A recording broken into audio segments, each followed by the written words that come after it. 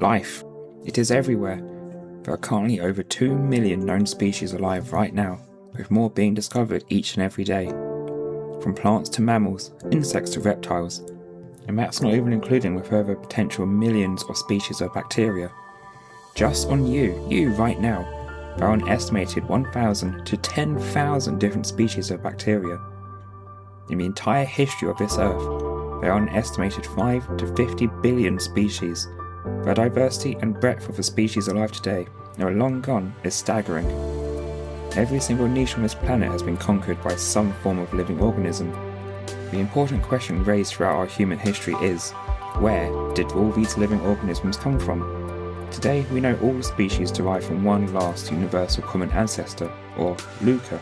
But where did LUCA come from? And how did organic life come from inorganic material? These questions have haunted scientists since the concept of evolution first started taking hold, and these scientists have made some incredible discoveries trying to uncover this truth.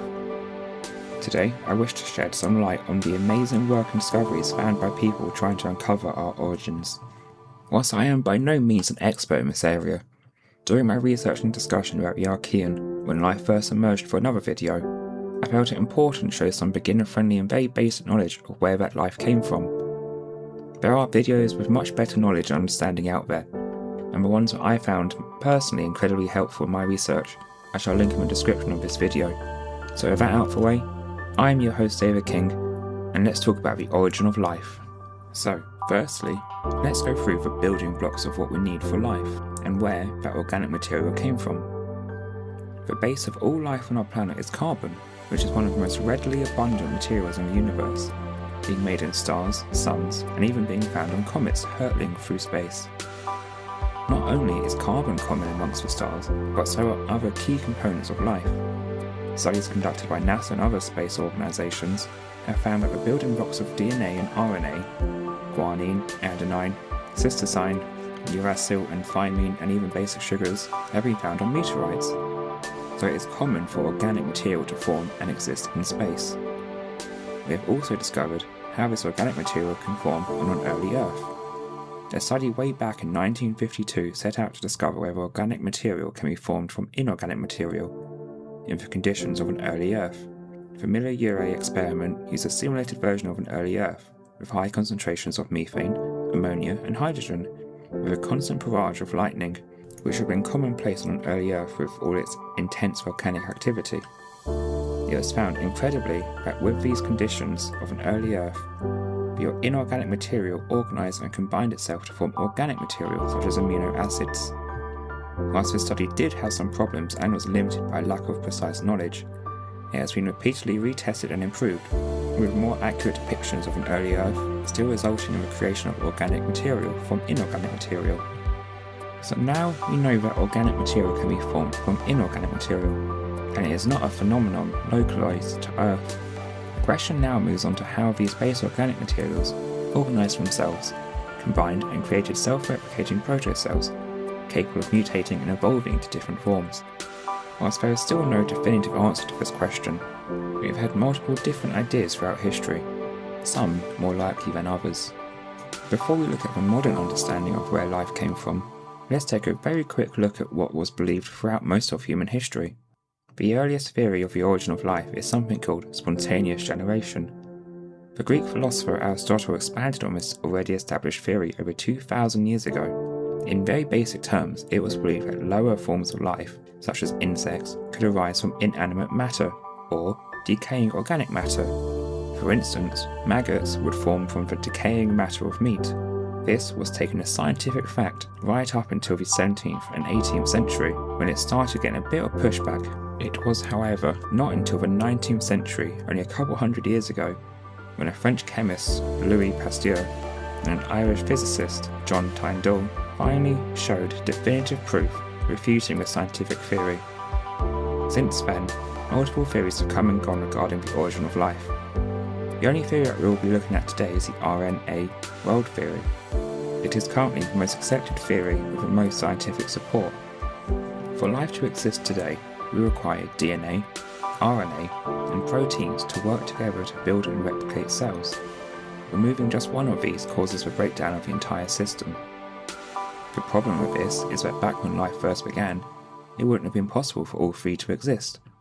One must have formed first to start the cycle. Therefore, it is safe to assume there must have been a precursor system. The RNA world theory was first proposed by Alexander Rich, suggesting that before DNA and protein, RNA molecules existed and were capable of self-replication, leading to mutations and the eventual creation of a stable system, eventually able to form complex life. To self-replicate, RNA strands use RNA-based structures called ribosomes to copy RNA code and create proteins.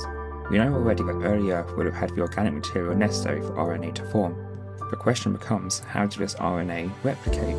A study conducted in 2022 showed the possibility of a single RNA replicator strand transitioning to a multiple replicator network. The single RNA showed random mutations leading to different RNA sequences, essentially evolving into different forms from one single self-replicating strand. What's doubly interesting about the study is that when researchers removed just one of the RNA sequences from the new multiple replicator network, the entire system ended up declining and collapsing, showing that the new different RNA sequences all rely on each other in a sort of feedback loop. So this study shows that it is possible for RNA to replicate and self-replicate and evolve. However, this is still not the entire answer. In this study and previous studies such as Spielman's monster, ribosomes were added, but these ribosomes would have not existed at the start of RNA replication. RNA would have first had to replicate and then form into ribosomes, which then would help RNA replication. And it is still unclear how ribosomes could have formed, and thus the initial replication process is still unknown. This is an incredibly basic and quick look at the RNA world theory. There has been a lot of research conducted and constantly being done, and one day I do believe we will have the answers to the questions of where life came from.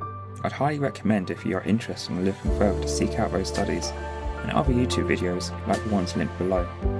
Whilst our understanding of how organic material combined and replicated to lead to what we call life is limited, these theories and studies are slowly uncovering the mysterious truth. What we do know is that through some sort of precursor system, protocells were formed, and eventually led to single-cell organisms like cyanobacteria that dominated the world for over 1 billion years.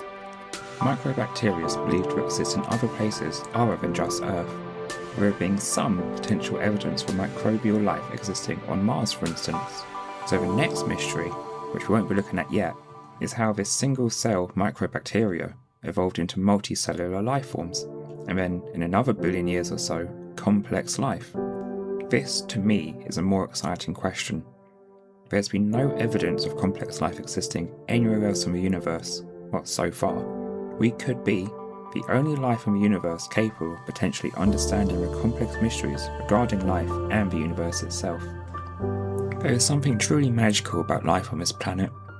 Whilst we may take it for granted in our busy lives, we shouldn't forget how privileged and lucky we are to be able to witness just how diverse this world is.